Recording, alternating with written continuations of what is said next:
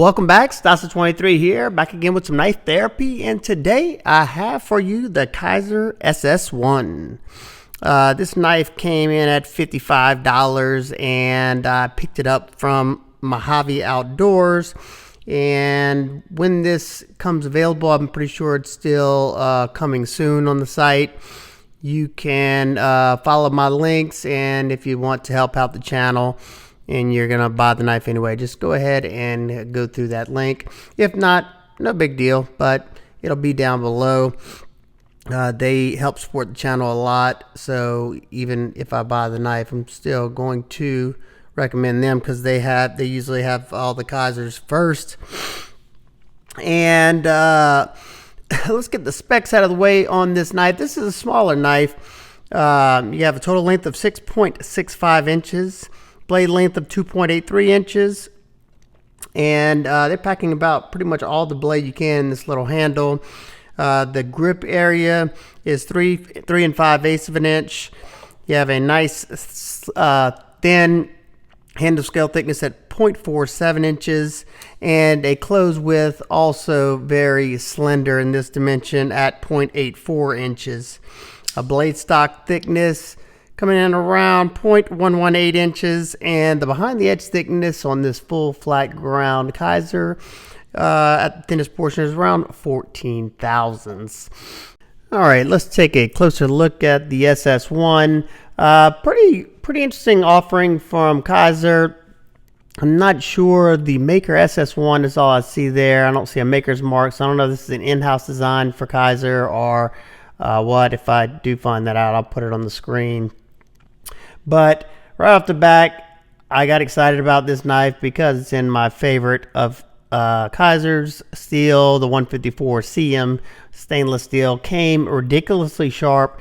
Not to mention they even got the Tanto very portion very sharp as well. Got a little Sharpie right there. I was sharpening a little while ago.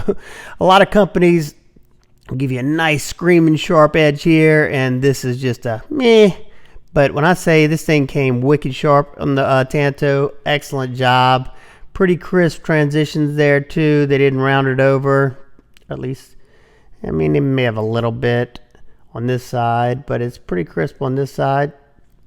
You have a nice point that is a little bit robust because of the Tanto design, so you can stab into something, and you know, if you have to do a little movement, you can. The right out the gate, cutting the cardboard, this thing was blazing through it. God, I get excited, like I say, when I see the blade seals 154, because I know 9 out of 10 it's going to be a very, very good knife, or at least in the performance, it'll be very good.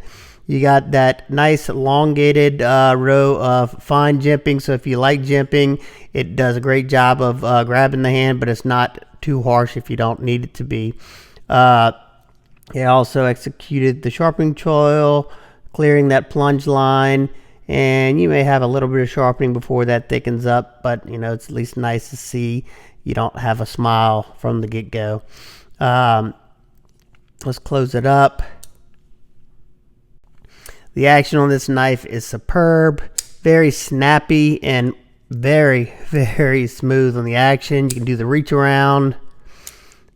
And I'm not a good front flipper fan, but this design right here, how they rounded it over and then kept that jimping going all the way to the back. It's that nice fine jimping. It grabs the hold to the thumb just nicely. I like to, you know, do this little knuckle roll right there. It's comfortable. There's the top. Whoop. I'm trying to look behind the camera. The top comes out really snappy with the ceramic D10, the ceramic bearings. Very, very nice and silky action on it. Close it up. You have this smooth purple G10. I don't know if there's any other variations yet. Like I said, these haven't really hit yet, so I'm hoping they do other variations, because I know this is definitely not going to be for everybody. I don't mind it. I don't have any purple knives, I don't think, especially purple and black. So you have the smooth purple G10. It's not polished, so it's not slick, and it's nice and contoured just a very slight contour on there, and they did a good job of softening the edges on this one. The ergos were good in just about every grip with this neutral handle. You don't have any crazy choils or anything, or pokey spots. So I found the ergos were pretty good. The only complaint I would say is the placement of that pocket clip. They kind of went too far down with it. I wish they would have used the body screw as the first screw and then one more in front of it.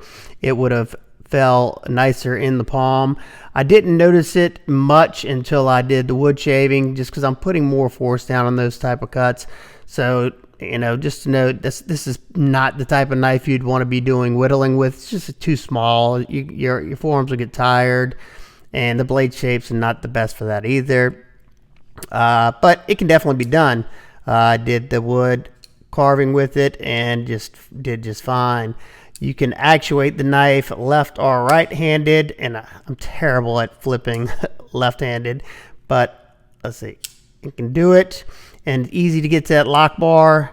You have a deep carry pocket clip that is right hand, left hand, tip up carry only. So they were thinking about the lefties on this one, and I think that's a good thing they did, because you can easily get to that blade, easily disengage that lock. Let's check out the SS1 in the pocket. Another thing that I did notice, that the pocket clip is very tight as far as the retention. Some people like that. It definitely will hold it in the pocket, and the way that the handle scale kind of curves a little bit like that, it sits up along the side of the pocket. You can get your hand in there easily. You're not going to poke anything. So if you like to carry other things in your pocket, this is an excellent knife to do so. The hardware in the knife has also been coated black. You have a T8 pivot, T8 body screws with one hourglass standoff and a hidden lanyard post. Excellent job there. The pocket clip screws are T6. Yeah, I would have rather see T8, but I'm okay with the price of the knife. The lockup on the knife is rock solid. I mean, no play whatsoever up and down. I could flex them side to side just because it's a thinner knife, but other than that, it's good to go. The lockup is sitting at around 40%. The access to that lock bar is excellent. They got that nice little cutout. The edges on the lock are nice and smooth. Very comfortable, very fidgety knife, I will say that. Let's get some size comparisons. Here it is up against the Lotvin Mini and the Kizer Feist. It's pretty much identical in length to the Feist. It basically looks like a Feist with a Tanto blade instead. And you have the different arc. You have the arc up here, and on this one your arc goes pretty much down here. So very cool, very interesting. I think that's why I like this knife, because I love the Feist. The Lotvin Mini is a little bit longer, not by a whole bunch. Next up, we got the Ontario Rat 1, which is going to dwarf it.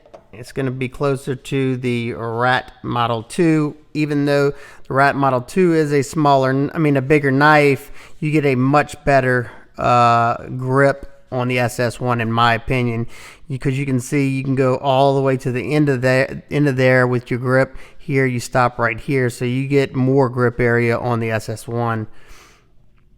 And let's see, you get check this out, you get just about the same cutting edge, being that you have this Tanto, look, pretty identical, but more compact in size.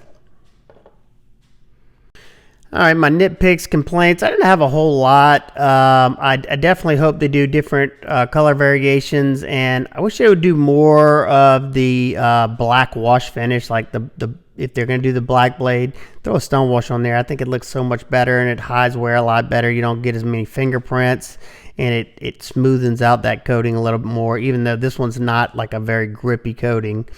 Just something I would love to see, especially some micarta. They use that so excellent micarta. Need to see more of that. Also, I talked about it earlier. My only other real complaint is the placement of the pocket clip. I'm sure they put it here to give you that, all the way to the end of the scales. But for me, form over function, I would much rather see this scooted over to the middle, about where that clip, or use that first clip screw, tap another screw, and you have less holes anyway. And I think it would look a little cleaner, and it would probably feel better in the hand, because you have such a small knife already. So sometimes those deep carry clips can cause issues. At least it's not a bad hot spot in my medium-sized hands, but depends on your hand size and your mileage. I don't know. It could be great for you, could be terrible. But I do think that if that clip was moved over into the middle more, it would be less of a hot spot for more people. But once again, I didn't feel that pocket clip until I did the wood carving, and I usually feel a lot of the pocket clips during that, so I wouldn't hold that too dear to yourself. If you like this design, it speaks to you, you like fidgety knives, you like front flippers, you want a nice smooth action, excellent bang for the buck. I mean, $55, that's hard to beat, because the 154 cm is what sealed the deal for me. I think if this design would have been an N690, I would have probably passed on it. But being that I liked the design enough and then saw the 154 cm, and it was a no-brainer for me. I'm just not a huge fan of their N690 most of the time. It's not bad by any means, but their 154, they just do such a great job on it, and it far outperforms their N690 in my opinion. So there you go. If you have any questions, comments, concerns, please leave them down below. I hope everybody's having an absolute wonderful day, and I will see y'all on the next one. Peace.